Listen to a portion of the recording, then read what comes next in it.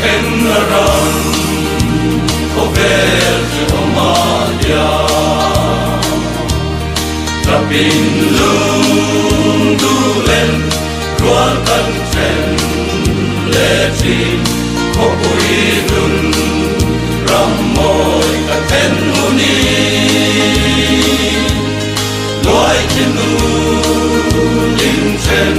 abang toa Zu kopui moya Tan sa te lena In kompui Tiak to ngai lâu na Ramma In kanei ta chuan Chan nam tu qua say In kompui Tiak to ngai lâu na Mangai te Rapin chen ma ila Long na ten Ngoan min Liang san ma Sela Lea san Dur nei lâu ma ila Kopui lun Ram môi ta ka na o Chu kopui moya Tan sa te lena In kompui Tiak to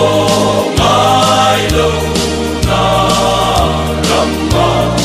In kanei ta chuan Chan dam tu quát say In kompui Tiak to ngai lâu na Chan dam tu Inen ken un chua Ar sat mang an quay na po Do ang lung mai na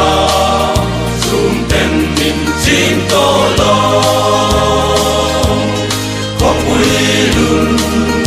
Ram môi ka ten un chua Chu kopui moya Tan sa te lena In kompui Tiak to ngai lâu na Ramma In kanei ta chuan Chan dam tu quát say In kompui Tiak to ngai lâu na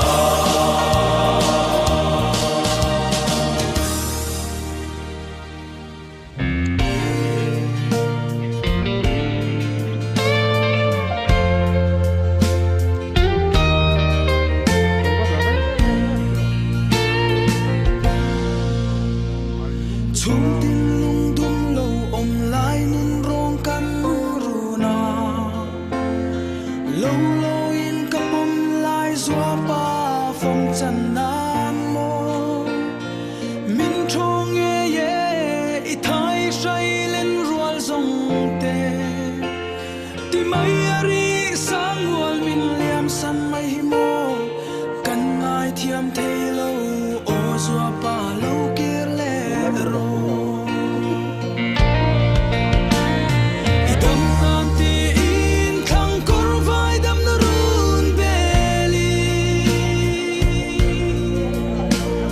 Mi shang mi thiam ro tem thiam khol tim re